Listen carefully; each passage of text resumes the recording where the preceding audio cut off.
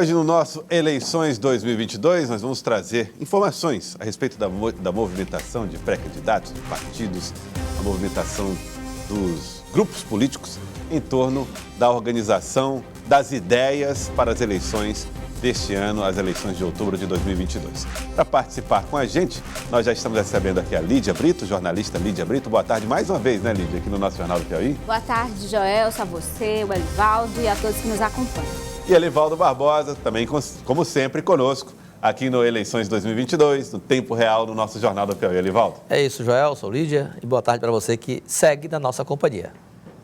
E hoje nós vamos entrevistar o pré-candidato ao Senado, Wellington Dias. Wellington Dias, do Partido dos Trabalhadores, já está aqui conosco. Governador, boa tarde, seja bem-vindo. Boa tarde, Joelson. Você, a todos que nos acompanham, aqui a Lídia, aqui também, nosso querido Elivaldo, enfim, todos que fazem a cidade verde, tanto aqui como, não é, como os que acompanham como fãs, não é, para a atualização. É um prazer muito grande estar de volta aqui participando com você. Bom, eu queria começar essa conversa falando a respeito dessa fase que o senhor está vivendo agora. É a fase de sair, depois que saiu do governo, fazer um novo contato com a população do estado do Piauí em uma nova condição, agora de pré-candidato. Como é que tem sido essa fase de transição, se é que ela já ainda não terminou ou já terminou? E como é que tem sido falar para as pessoas sobre aquilo que o senhor fez enquanto governador, que serve como uma forma também de construir expectativas para o que seria o nome de Wellington Dias, caso venha a ganhar uma eleição ao Senado? Olha, primeiro, quero aqui externar minha gratidão, né? A gratidão a Deus, gratidão ao povo do Estado, pelas oportunidades que a mim foram dadas ao longo desse período. Eu confesso a vocês aqui que eu imaginava que agora, terminou o mandato, agora eu vou cuidar dos netos, vou cuidar né, das cajás, vou ter uns cafuné da dona Rejane. Então, como o Elivaldo ia me visitar lá, né, tratando da agricultura, então eu fiquei imaginando coisas assim, mas aí me enganei. Na verdade, eu tenho tido assim, a alegria de ver a governadora Regina e a equipe aí muito empenhada. Ela já era não só parte do governo como vice-governadora, mas alguém que estava presente no dia a dia, acompanhando, e me alegra muito alguém com a história dela, com toda a experiência, né, que vem da mesma casa que eu, do setor bancário, ela da universidade, enfim, como professora, e a professora Regina mostrando uma governadora com o seu jeito de ser, com muita sensibilidade. E, com certeza, eu acho que isso me alegra muito. E, é claro, sabendo que este ano, além de tantos desafios que temos no Brasil, também aqui de poder estar acompanhando de perto, buscando ajudar aí na área da organização da campanha do pré-candidato Rafael Fonteles, né, que também tive o privilégio de confiar a ele aqui com todo o nosso time aí, com 29 anos de idade, para uma missão desafiadora, que era contribuir com a organização do Estado numa conjuntura que até a gente esperava ali de um jeito e depois com grandes crises, né? Crises mundiais, crises da pandemia, enfim, e ali com grande resultado. Foram mais de 7 anos assim, de muita dedicação. Isso, ele tinha uma experiência no setor privado, trouxe essa experiência, também ganhou experiência no setor público, e o resultado, assim, quase que por unanimidade, né, porque na política nem tudo é fácil, unanimidade, mas, assim, se a gente olha para trás, as outras eleições, o nome do Rafael Temístocles compondo chapas de pré-candidato a governador e a vice foi bastante pacificado, tanto no MDB, no meu partido, nos demais partidos, assim como a nível nacional também. Então, eu queria falar um pouco sobre isso. O senhor tem se dividido nessas missões, né? A missão de fazer, viabilizar a pré-campanha de Rafael Fonteles, o esforço de articular a pré-campanha do ex-presidente Lula e a sua própria pré-campanha. Como é que tem sido essa divisão de esforços e tarefas? Pois é, por isso é que eu não estou tendo o tempo que eu queria por Netinho e para a agricultura que eu imaginei. Realmente, ali a previsão, ainda no ano passado, o ex-presidente Lula, um dia que eu fosse a São Paulo, e ele pediu que eu pudesse ajudar na coordenação. Bom, primeiro, a coordenação geral eu não posso, né? Porque eu coloquei lá a necessidade da gente ter, em 2022, a organização de uma chapa, e ali... Mas chegou a haver esse pedido da coordenação geral? Chegou. E aí, a ideia, então, eu posso colaborar, posso contribuir, é o que estou buscando fazer, desde a organização nos estados, a organização das equipes, do programa de governo, da estruturação mesmo da campanha. Estou lá com o Jacques Wagner, a Gleice, que é a nossa presidente, lá mais um conjunto de forças. Comemorei ali essa ideia dele, no primeiro momento ali é tudo uma novidade, de convidar o ex-governador Geraldo Alckmin, né, ou seja, 2 líderes. Lá atrás eu me lembro quando ele chegou, ó, vai ser um empresário, meu pré-candidato a vice, José Alencar, presidente da Federação da Indústria de Minas Gerais, membro da Confederação Nacional da Indústria. Então, aquilo, para o Partido dos Trabalhadores, um líder, impacto, né? um líder da classe trabalhadora com o líder da classe empresarial, mas bastante assertiva a decisão dele e deu bons resultados para o Brasil. Agora, 2 líderes de 2 campos políticos que praticamente estiveram na linha de frente das disputas dos últimos anos das eleições do Brasil, o Partido dos Trabalhadores e o PSDB, e um líder bastante experimentado, né? Foi governador por vários mandatos em São Paulo, o Geraldo Alckmin, e ainda disputou com o próprio Lula, tá certo? Então, como uma frase que eu ouvi ele colocar espontaneamente, o Brasil está precisando de nós e nós vamos ter que aqui encarar esse desafio. Ele também poderia dizer, olha, eu já fui candidato, fui presidente 2 vezes, não tenho a necessidade, não é, para recompor minha história disso, mas diante da conjuntura brasileira, não só aceitou o desafio, como trouxe essa possibilidade de uma união que é vamos dizer assim, um símbolo que vai além das questões partidárias. Vamos ter que esquecer nossas diferenças e vamos ter que olhar para um interesse maior do Brasil. Então, foi um gesto de grandeza que permite hoje, no entorno deles, um movimento que vai além das fronteiras dos partidos. Você acha que a contradição que eventualmente pode causar, por ter sido uma disputa muito ferrenha entre os dois, as críticas que Alckmin fez no passado, o fato de ter sido, inclusive, um dos nomes que apoiou o impeachment de Dilma, isso tudo fica para trás diante daquilo que é necessário fazer? Não se apagam as diferenças. Elas continuam. E nem o Lula quer dizer. Eu aqui já participei de várias coalizões, coalizões com os diferentes, e digo que, do ponto de vista da sociedade, tem uma vantagem. Não é? O que se espera de um resultado, de um entendimento como esse? Não será um governo de um partido, não será um governo num país de pluripartidarismo. Ele é um governo de entendimento nacional, de entendimento que leva em conta líderes de diferentes partidos. Ele agora esteve em Alagoas, lá recebido com pronto apoio ali do Renan Calheiros, do Renan Filho, do Dantas, Paulo Dantas, que é o atual governador do MDB. Ele esteve visitando agora o Rio Grande do Norte com líderes do PSD, de vários partidos lá junto com ele, agora em Sergipe também, da mesma forma.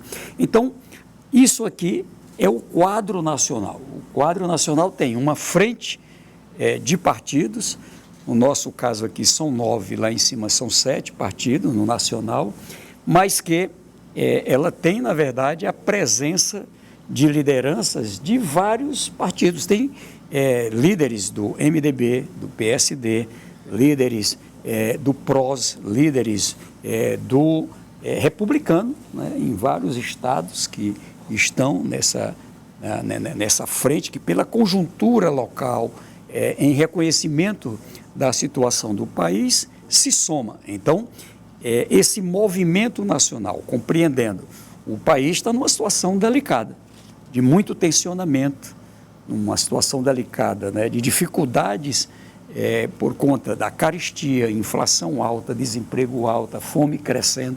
O Lula foi responsável ali em 2009, ele comemorou com aquela responsabilidade que tinha, não é, de tirar, reconhecido pela FAO, pela ONU, o Brasil do mapa da fome. Volta 33 milhões de pessoas ao mapa da fome no Brasil. O crescimento do desemprego, da precarização. Quando a gente soma, que o desemprego está em 11%. Quando você soma o chamado subemprego, o precarizado, chega a 40%. 40%. Então, isso é um patamar de muito risco, de risco social.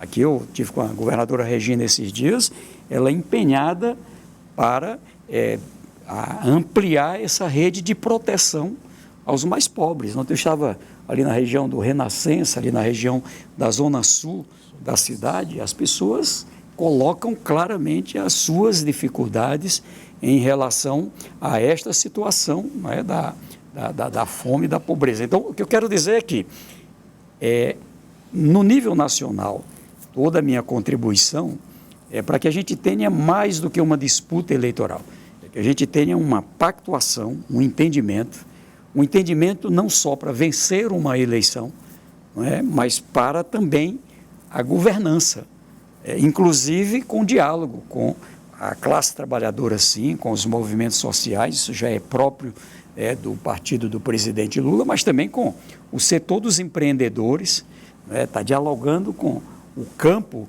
não é, de um conjunto de líderes, né, os cientistas, pessoal das universidades que estão vendo uma situação dramática dessa área, a área da ciência, da tecnologia bastante atacada, a própria relação internacional, investidores internacionais que estão no Brasil, puxa, para onde é que o país vai? Ou seja, a necessidade de criar um ambiente, não é, para agora, para a gente encarar esse ano de 22, um ano que, infelizmente, não é, tudo sinaliza para cada vez mais emoções, cada vez, infelizmente, o presidente, pessoas próximas dele ali fazem questão de tensionamentos, com a Petrobras, com os supermercados, com os jornalistas, com os governadores, com os prefeitos, ou seja, eu nunca vi um negócio desse, eu tenho 60 anos de idade, nunca imaginei em ver quem é governador, quem é prefeito, quem é presidente, que é céu de brigadeiro.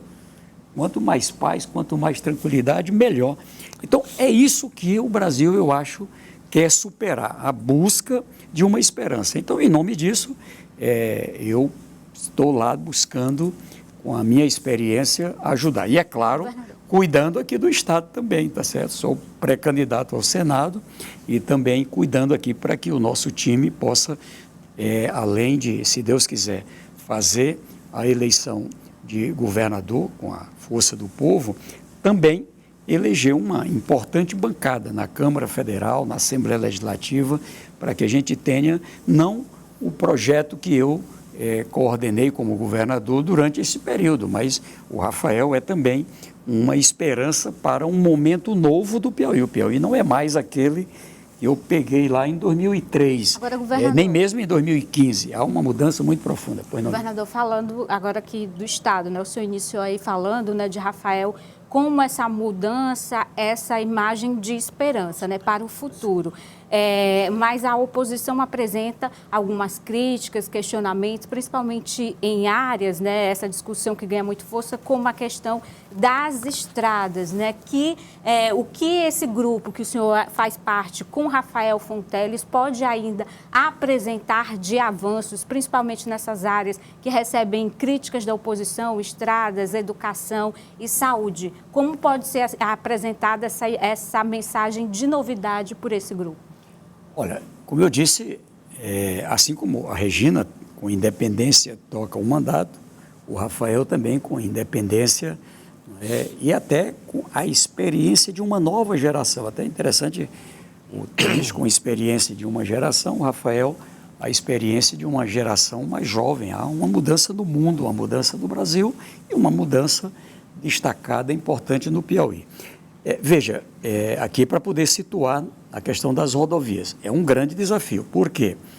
Até o ano de 2016, nós tínhamos ali para o Piauí, para todos os estados brasileiros, para os municípios e para o próprio governo nacional, a CID.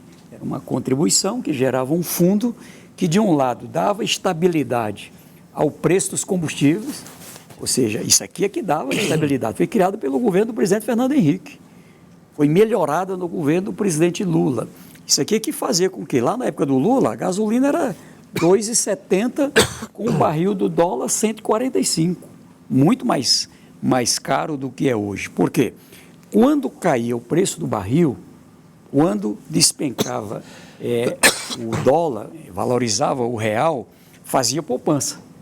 Quando, por uma conjuntura como a guerra da Ucrânia ou outra, explode o preço do barril do petróleo ou valoriza o dólar e desvaloriza o real, ali ela entrava aquela poupança para poder segurar com compensação o preço do combustível para não ter uma subida brusca, como teve. Eu vejo, é incrível como é muita enganação. Acabaram com o que dava solução e não se cria nada no lugar. Aí fica, o problema, tem que congelar o ICMS. Congelou desde 1º de novembro. E cadê o resultado? Agora, o foco é a Petrobras, tem que fazer uma CPI, mas no presidente da República pedindo uma CPI na maior estatal. Imagina, eu sou o governador do Piauí e eu encaminhar para a Assembleia abrir uma CPI contra a GESPIS. Você imagina que doideira. Quem é que nomeia a direção da GESPIS, o conselho? É o governador.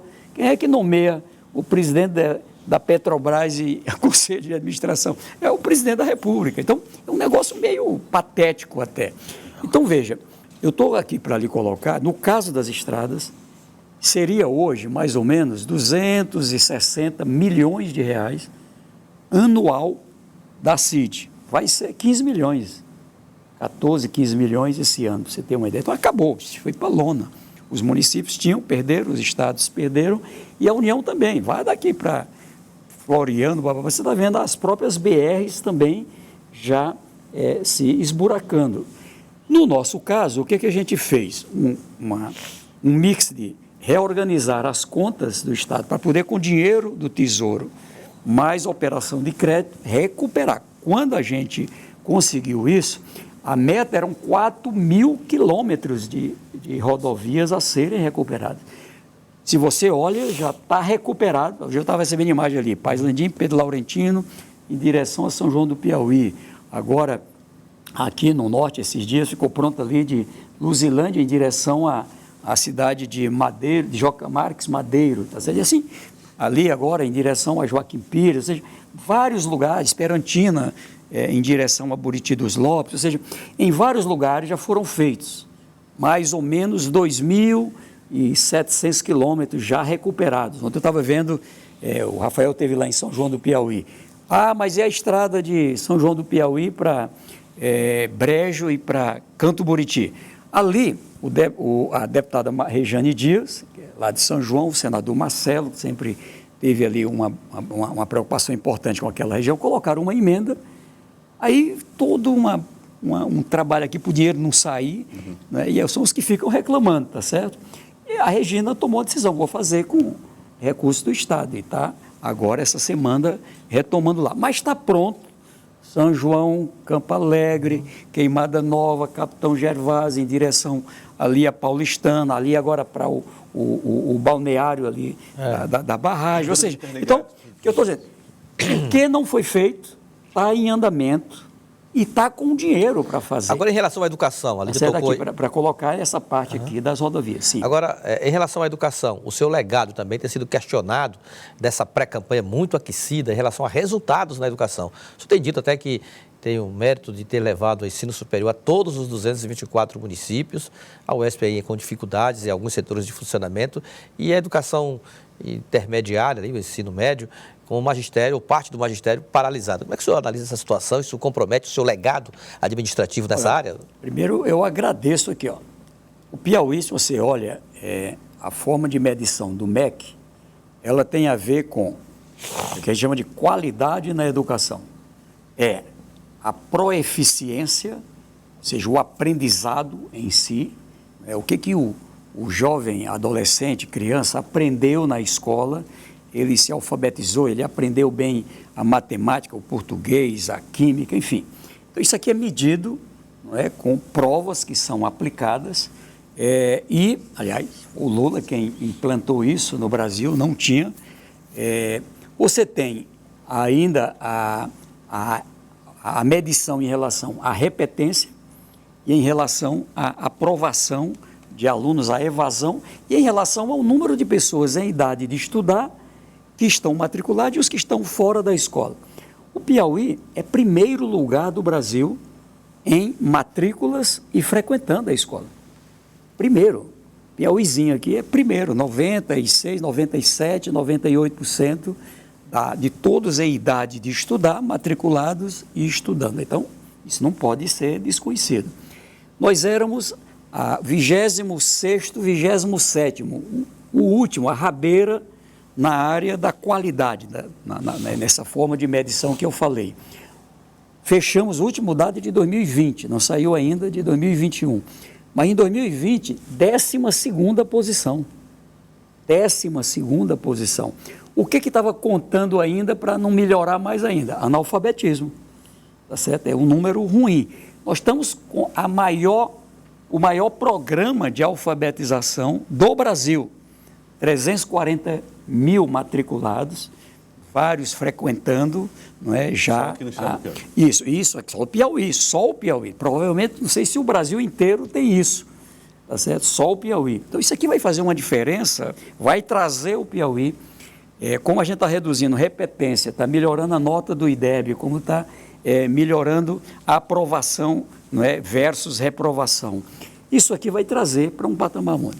Em relação aqui à greve, para ser mais propriamente dita, eu venho do movimento sindical e aprendi a comemorar as vitórias. Qual era a pauta que me foi apresentada e eu estava no governo? Queremos que o Piauí pague o piso. O que diz a lei do piso? Em cada estado, a remuneração mínima terá que ser esse valor. E aí o governo fixa um valor, o governo central, que nem passa. O governo central, para saber aqui, o Fundeb, porque o Bolsonaro mandou dinheiro. Conversa, coisa nenhuma. Veja que ele deu quanto de reajuste para os servidores dele? Nada. Não houve reajustes, né? Zero. Mas veja só, do Fundeb, é o Estado quem bota 60%. Os municípios colocam 30%. Quanto bota o governo federal? 10%. Isso alterou? Não. Foi isso mesmo. Tá certo? Então, isso aqui não mudou. Ele não botou nenhum dinheiro novo. Então, os estados é que botam. Aliás, com esse negócio do ICMS, estão tirando 25 bilhões aproximadamente do Fundeb. Não estou vendo nenhuma manifestação. 11, 12 bilhões do Fundo de Saúde. Aliás, a propósito, isso é Mas deixa eu tentar só raciocinar. Então, veja, qual era a pauta? A lei diz, quando eu assumi, o menor salário era R$ 430. R$ 430. Me lembro o que foi para o Piauí quando passou o primeiro fundo. O primeiro Fundeb, o primeiro piso era R$ 900. Era um negócio impossível. São Paulo quis entrar no Supremo. E eu chamei os governadores, não vamos entrar não. Se o Piauí pode pagar, quem é que não pode pagar? Piauí vai pagar. E aí o Zé Serra, que era o governador, voltou atrás, recuou. Tá certo? Então o Piauí saiu de 430 para cerca de R$ 4.000. R$ 4.000, quem é que ganha R$ 4.000 no Piauí? São quase 4 salários mínimos. Quem é que ganha? É 10% da população do Piauí, que ganha desse patamar para cima. E vai a próximo de 9.000 e poucos reais, 9.500 mais ou menos. Isso aqui nunca teve no Piauí, gente. Nunca teve. Então, o que a gente fez aqui? Primeiro, paga-se o piso. O piso é a remuneração para professor de nível superior, 40 horas. É o que diz a lei. E nós pagamos. Até um pouco mais. E veja, fizemos uma coisa que só o Piauí fez. O Piauí resolveu pagar atendendo inclusive a uma reivindicação do Sint, para poder valorizar. Professor de escola normal, que a lei não obriga. O único estado que paga, para quem trabalhava 40 horas, inclusive aposentado, pensionista, foi o Piauí. 33% de reajuste para poder alcançar esse patamar do piso da normalista. Qual foi o maior reajuste na folha do Brasil? 10%. E o Piauí? 14,57%. Foi esse o reajuste. Tá certo? Então, veio agora a CNTE, apresentou para a Regina uma proposta lá para poder pacificamente resolver. A Regina aceitou, eles que não aceitaram. Então, virou um caso político. Agora foram descontar o dias parados. Quando foram fazer o levantamento, de 18 mil que estão em sala de aula, 700. Então, virou um negócio da política. Tanto que a manifestação é onde eu e o Rafael vamos, não é onde tem governo, não é? Entendeu? Então, é da política. Infelizmente, estão usando o Sint para um palanque eleitoreiro. Lamento, porque são pessoas, e não é todo mundo lá. Lá é um grupinho que, infelizmente, está fazendo isso, que vai causar um estrago, na minha opinião, porque isso aqui é o povo do Bolsonaro, que está dando 0 de reajuste. Estão pegando o Sint para fazer aqui um jogo do Bolsonaro no Piauí. Isso é lamentável. Isso a CNTE já viu, tá certo? A Confederação Nacional, que esteve aqui já com 2 missões, já percebeu. Então vocês querem fazer política eleitoreira? Então não contem com a gente, Então é lamentável isso como aconteceu. Agora, eu lamento muito. Agora, eu vou falar um pouco a respeito de um assunto que preocupou muito o presidente do Tribunal Regional Eleitoral. Aliás, a greve foi julgada ilegal, para saber. Sim. O que disse a Justiça no julgamento? A pauta que foi apresentada foi cumprida, não há razão para a greve, portanto, é ilegal. Tá certo? A greve é ilegal. Então, é possível adotar medidas. O que a governadora Regina já praticou? Tinha tomado decisões lá atrás e ela agora garantiu o principal, aula para os alunos. Então, professor substituto, garantir aula, não faltar aula para ninguém, e isso aqui é o nosso compromisso do governo do Piauí, compromisso do nosso povo com os estudantes. Bom, o presidente do Tribunal Regional Eleitoral ontem participou conosco do Jornal do Piauí, assim como o procurador Marco Túlio Lustosa. Eles falavam sobre como vai ser desafiador o ano de 2022, por causa das redes sociais e a ideia das notícias falsas que circularão por meio dessas tecnologias. Até que ponto isso é preocupante na visão dos pré-candidatos, na visão do senhor, na visão do Partido dos Trabalhadores? Muito preocupante, porque, infelizmente, já aconteceu isso em 2018. 2018, muita gente não votou no Fernando Haddad, porque espalhar nas redes sociais, massivamente, hoje já se sabe, na investigação da CPI, com computadores, ou seja, a partir de computadores em países do exterior, jogando para chegar nas redes sociais no Brasil inteiro. Fizeram uma imagem do Fernando Haddad com uma criança, pegada na mão de uma criança. Fernando Haddad, um homem de bem casado, todo mundo que conhece ele em São Paulo e no Brasil, trataram como um pedófilo. Olha que situação. E isso vai acontecer de novo. Aliás, a gente tem que estar preparado para tudo, que é um povo do desespero, do ódio, lamentavelmente. Eu nunca vi tanto ódio, tanta intriga, tanta mentira, tanta jogo como eu vejo hoje no Brasil. Isso é ruim, inclusive. Isso a gente vai ter que ter uma reconstrução. A desvalorização das instituições, a desvalorização da democracia, é uma situação delicada. Mas eu acho que a democracia é muito mais forte. Assim como a Justiça Eleitoral tem agido à altura, o Supremo tem agido à altura, o próprio STJ, tem uma parcela considerável do Congresso Nacional e há um movimento nacional por democracia, por proteção social, enfim. Então, veja, de qualquer modo, a gente tem que estar preparado, para isso. O que já estão espalhando? É que o Lula vai fechar a igreja, que vai implantar o comunismo, que vai não sei o quê. Essas mesmices de sempre. E, infelizmente, algumas pessoas são levadas a isso. Mas eu acho que o que aconteceu com o Brasil de 18 para cá já enfraqueceu uma estratégia como essa. Já enfraqueceu. Infelizmente, ainda vai ter, mas já enfraqueceu.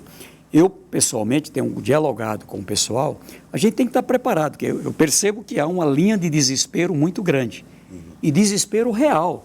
Olha o que aconteceu agora com a Bolívia. a Bolívia acaba de dar uma condenação de 10 anos de prisão para a presidenta Áñez, que acabou, né, de sair do mandato por tentativa de golpe. Ela, o ministro da Defesa, comandantes, enfim, foram presos 10 anos. Olha o que está acontecendo nos Estados Unidos da América, o Trump. Não se espante se a qualquer hora o presidente Trump for preso lá, por conta exatamente de atos autoritários, ditatoriais, de manipulação, uso da estrutura pública, enfim. E isso está sendo investigado no Congresso americano. Então, quem está lá no poder central, né, se eu aqui estou sabendo, imagine lá. Por isso que o presidente da República, você olha, está cada vez mais desesperado, pessoas próximas dele também. Agora, esse país tem a Constituição, esse país tem instituições fortes, e é isso que tem que prevalecer, não para usar contra A ou contra B, mas para ser cumprido, tá certo? Então, assim, armações são possíveis? São. Em cada eleição, eu enfrentei, em cada eleição, não é, o uso da estrutura a partir, não é, de interesses eleitoreiros, né? Ou seja, gente que fazia operações para fazer espetáculos, infelizmente usando pessoas, não são todos. A Polícia Federal é uma estrutura séria, o Ministério Público é uma estrutura séria, o Judiciário é uma estrutura séria, mas infelizmente tem aqui um ou outro ali que se deixava utilizar e resultado, fazia ali todo um espetáculo com uma operação, com acusações, com pré-julgamento. Isso fizeram com quantas vezes aqui? Então, fizeram isso agora, em 2020, fizeram... Então, a gente tem que estar preparado para tudo. Então, eu já estou aqui prevenindo. Agora, nada vence a verdade. Para mim é Deus no comando, tá certo? Trabalhar e trabalhar muito, é o que eu tenho dito. Porque é isso que funciona e, se Deus quiser, vai funcionar. Eu quero agradecer ao senhor, pré-candidato ao Senado. Me permita só dizer aqui uma coisa aqui, eu sei que aqui já tem, mas assim, da saúde, a gente também trabalhou uma expansão.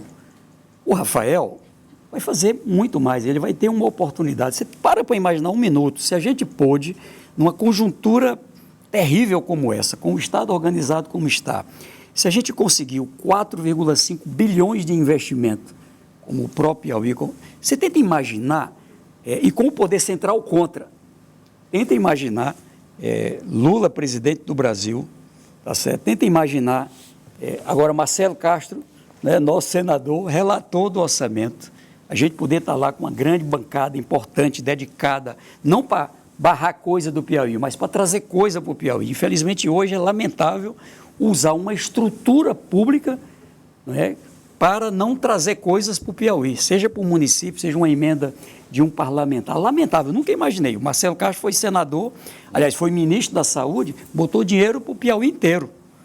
Tá certo? Então, a gente precisa olhar para isso. Então, eu fico imaginando, acho que é possível a gente investir muito mais, num ambiente muito mais favorável, a atração de investimento, fazer a economia crescer.